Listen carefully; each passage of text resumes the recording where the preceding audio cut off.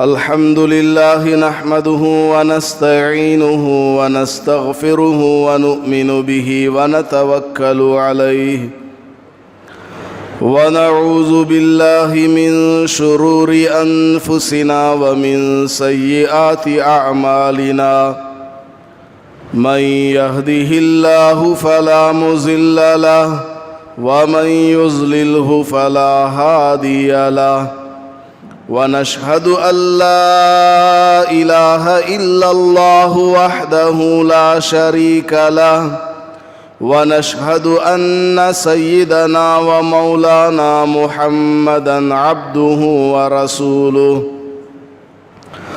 صلى الله عليه وعلى آله وأصحابه وبارك وسلم أما بعد فأعوذ بالله من الشيطان الرجيم بسم الله الرحمن الرحيم وما أمروا إلا ليعبدوا الله مخلصين له الدين وقال تعالى في مقام آخر وأما من خاف مقام ربه ونهى النفس عن الهوى فإن الجنة هي المأوى.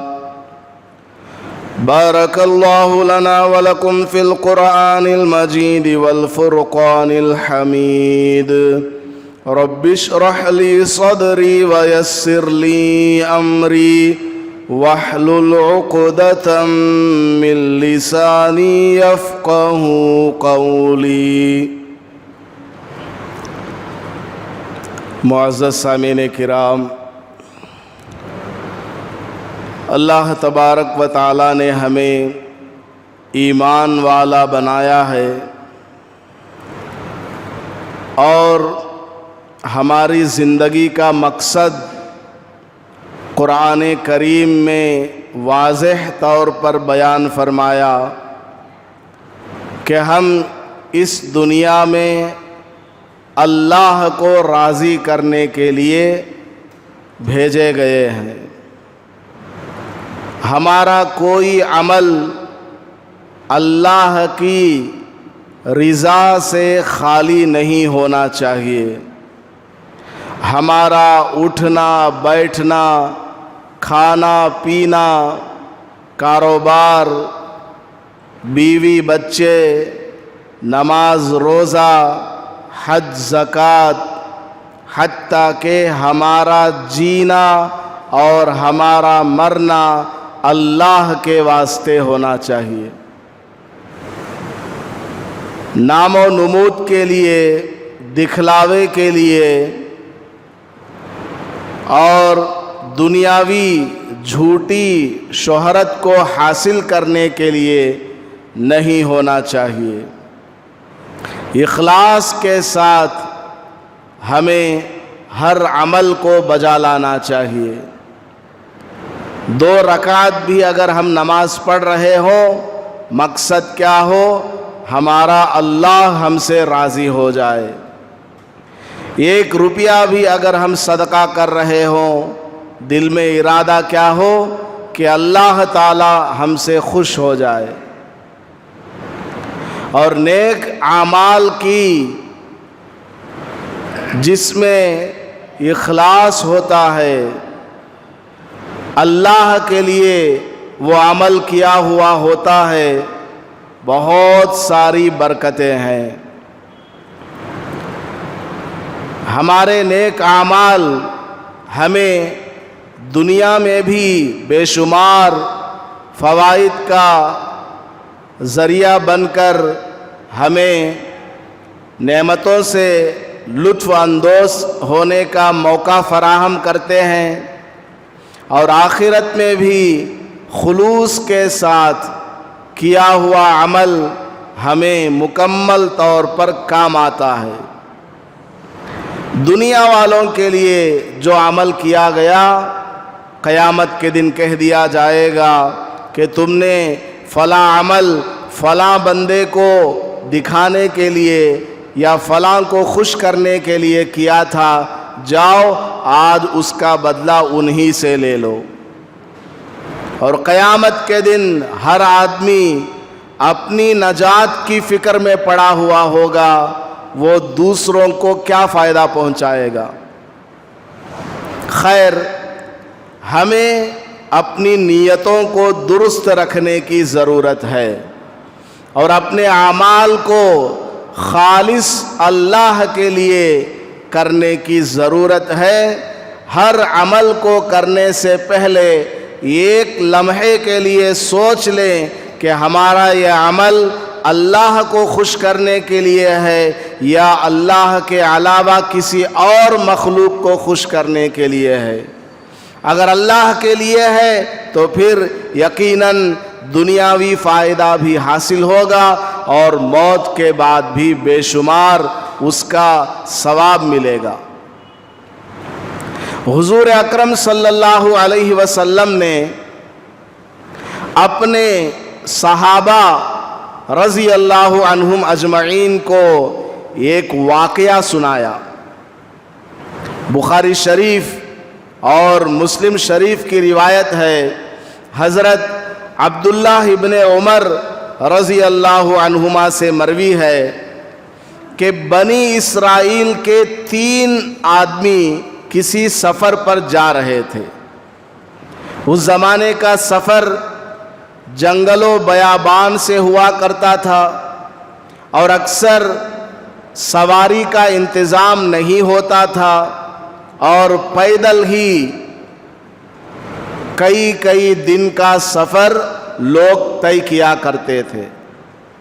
تو 3 آدمی بنی اسرائیل کے سفر پر نکلے اور جنگل میں عموماً اکثر بارش ہوا کرتی ہے، تو بارش کا موسم ہو گیا، بارش ہونے لگی تو یہ تینوں دوست بارش سے اپنے آپ کو بچانے کے لیے اور بارش رکنے کے بعد اپنے سفر کو آگے بڑھانے کے ارادے سے پہاڑ میں ایک غار نظر آیا تو اس میں جا کر بیٹھ گئے، انتظار میں کہ بارش رک جائے تو ہم اپنا سفر آگے بڑھائیں گے۔ اب جنگلوں میں، پہاڑوں میں جب بارش ہوتی ہے تو عموماً ایسا ہوتا ہے کہ پہاڑ کے اوپر جو مٹی ہے وہ پھسل جاتی ہے اور درخت وغیرہ نیچے گر جاتے ہیں، کوئی پتھر وغیرہ ہو وہ لڑھک کر کے نیچے آ گرتا ہے۔ تو یہ تینوں دوست اس غار کے اندر چلے گئے تو بارش کی وجہ سے کیا ہوا، ایک پتھر اوپر سے لڑھکتا ہوا آیا اور ان کے غار کا منہ بند کر دیا، اور اس طریقے سے آ کر راستے کو بند کیا کہ باہر سے ذرہ برابر بھی روشنی اندر نہیں آ رہی تھی، بالکل غار کا منہ بند ہو چکا۔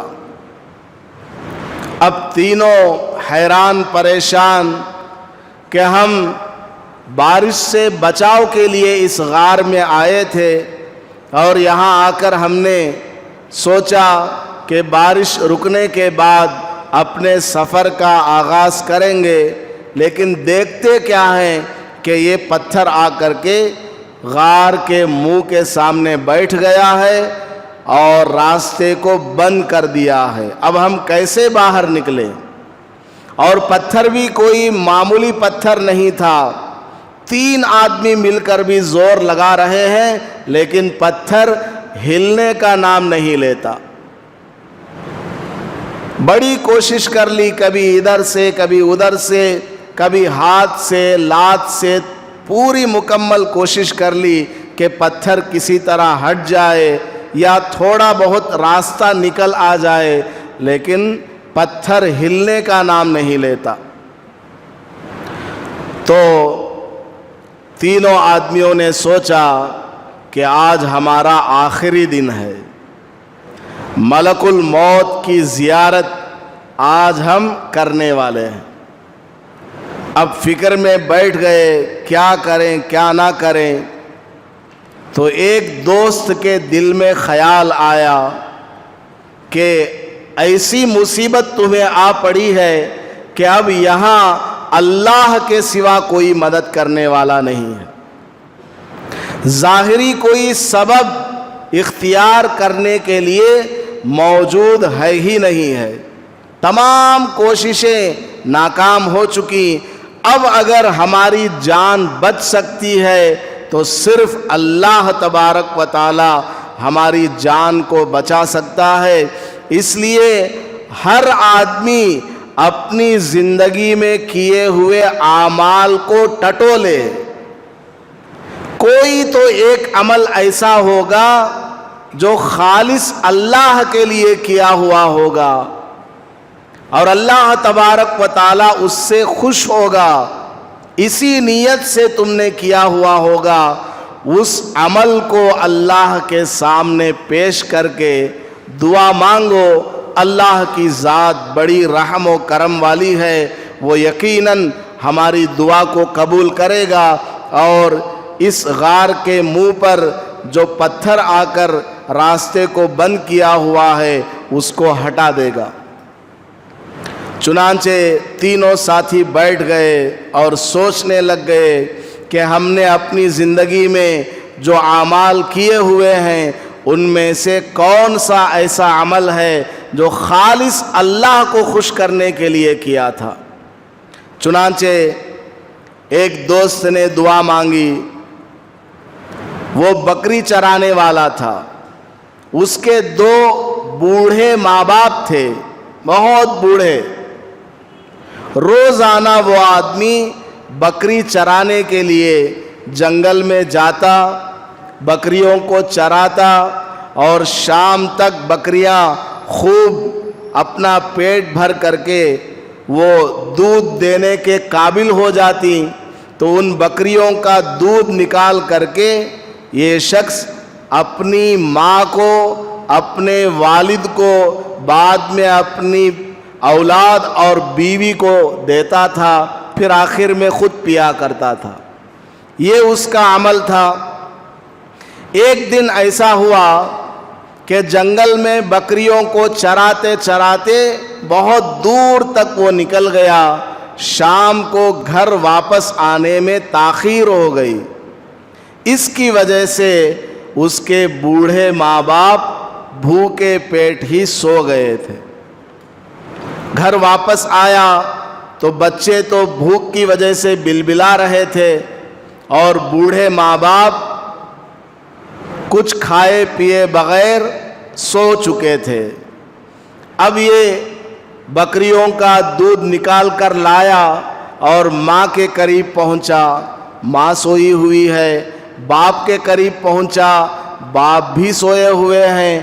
اب اس نے ماں باپ کو جگانا پسند نہیں کیا کہ کہیں ان کی نیند میں خلل نہ پڑ جائے، کہیں ماں باپ کو میرے جگانے سے پریشانی نہ ہو جائے، اس لیے اس نے اپنی ماں کو باپ کو نہیں جگایا۔ آج ہمارا حال کیا ہے؟ سوئے ہوئے ماں باپ کو جگاتے ہیں، سوئے ہوئے بوڑھے ماں باپ ہیں ان کو تنگ کرتے ہیں، سونے نہیں دیتے، آرام کرنے نہیں دیتے۔ ماں باپ کو اس نے نہیں جگایا بلکہ دودھ کا پیالہ لے کر انتظار میں کھڑا رہا، کب میری امی کی آنکھ کھلے تو میں امی کو دودھ پیش کروں گا، کب میرے ابا جان کی آنکھ کھلے تو میں اپنے ابا جان کو دودھ پیش کروں گا، اس کے بعد میں اپنے بچوں کو دوں گا، بیوی کو بھی پلاؤں گا، خود بھی پی کر کے آرام کروں گا۔ اس انتظار میں وہ کھڑا ہوا ہے، انتظار کرتے کرتے پوری رات گزر گئی، صبح نکل آئی، تب جا کر کے ماں باپ کی آنکھ کھلی تو ماں باپ کو دودھ پلایا، اس کے بعد اپنے بچوں کو اور اپنی بیوی کو اور خود بھی دودھ پی کر کے اپنے کام پر چلا گیا۔ اس نے اللہ تعالیٰ سے دعا مانگی، اے اللہ وہ ایک رات جس میں نے پوری رات ماں باپ کی انتظار کی اور رات بھر میں کھڑا رہا کہ اب میری امی کی آنکھ کھلے، اب میرے والد کی آنکھ کھلے تو میں ان کو دودھ پلا کر ان کا پیٹ بھروں گا۔ اے اللہ یہ عمل میں نے خالص تیرے لیے کیا ہے، کسی نے مجھ پر کوئی دباؤ نہیں ڈالا، صرف تجھے خوش کرنے کے لیے میں نے یہ کام کیا ہے۔ اگر یہ عمل تیرے نزدیک محبوب ہے، پسند ہے تو اے اللہ ہمارے غار کے سامنے جو یہ پتھر راستہ روکے ہوئے ہے اس کو ہٹا دے۔ جیسے ہی اس نے دعا مانگی، اللہ پاک نے اس پتھر کو اتنا ہٹایا کہ باہر کی روشنی اندر آنے لگی، باہر کی روشنی اندر آنے لگ گئی، سانس لینے کے قابل وہ لوگ ہو گئے، تھوڑا اطمینان ہو گیا، جان بچنے کا امکان ہے، پاسبلٹی ہے کہ ہماری جان بچ جائے گی۔ تو دیکھیے ماں باپ کی خدمت کرنے کا کتنا بڑا نتیجہ ہے۔ جنگل و بیابان میں کوئی مدد کرنے والا نہیں، اللہ سے دعا مانگی، 3 آدمی مل کر جس پتھر کو ہٹا نہیں پا رہے تھے، اللہ نے اپنی قدرت سے اس پتھر کو تھوڑا سا ہٹا دیا۔ یہ ماں باپ کی خدمت اور خالص اللہ کے لیے کی ہوئی خدمت کا نتیجہ ہوتا ہے۔ آج ہماری اولاد ماں باپ کی رتی برابر بھی قدر نہیں کرتی، دوستوں کو ماں باپ پر ترجیح دیتی ہے، دوست کو فرسٹ پریفرنس دیتے ہیں، ماں باپ کو بعد میں دیکھا جاتا ہے۔ ادھر یو پی میں پرتاپ گڑھ ایک ڈسٹرکٹ ہے، وہاں ایک چھوٹا سا گاؤں ہے کنجا، اس کا نام ہے کنجا۔ وہاں ایک مدرسہ ہے قاسم العلوم، وہاں بھی میں نے 3-4 مہینے گزارا تھا، کافی سال پہلے پرانی بات ہے۔ وہاں کے پرنسپل ہیں حضرت مولانا عبد الحلیم صاحب دامت برکاتہم، ابھی بھی باحیات ہیں، زندہ ہیں الحمدللہ۔ انہوں نے ہمیں ایک مرتبہ نصیحت کی کہ بچوں سچی دوستی اختیار کرو، بری صحبت اور برے دوست سے اپنے آپ کو بچاؤ۔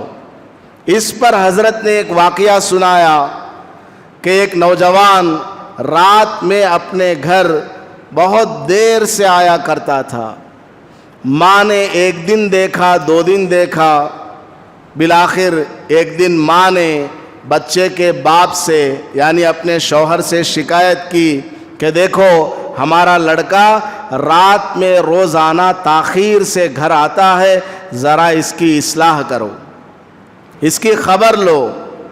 چنانچہ باپ نے بیٹے سے پوچھا اتنی رات تک تم کہاں تھے، کیا کر رہے تھے؟ تو بیٹے نے کہا کہ ابا جان میں کہیں غلط جگہ نہیں گیا تھا، بلکہ اپنے دوست کے ساتھ اتنی دیر تھا، ابھی دوست کے پاس سے ہی آ رہا ہوں۔ باپ نے کہا اچھا ایسا جگری دوست ہے کہ وہ اتنی دیر رات تک تم سے بات کرتا رہتا ہے؟ بیٹے نے کہا ہاں ابا جان بڑا اچھا دوست ہے۔ باپ نے کہا اچھا چلو تمہارے اسی دوست سے ہماری ملاقات کراؤ۔ بیٹے نے کہا چلیے میں ملاقات کراتا ہوں۔ اب آدھی رات ہے، آدھی رات کا وقت ہے، ابا کو بیٹا لے کر کے اپنے دوست کے مکان پر گیا اور جا کر کے دروازہ کھٹکھٹایا۔ اندر سے آواز آئی کون؟ تو اس بچے نے کہا ارے میں تیرا دوست تجھ سے ملنے آیا ہوں۔ اندر سے آواز آئی تجھے کوئی اور کام نہیں ہے کیا؟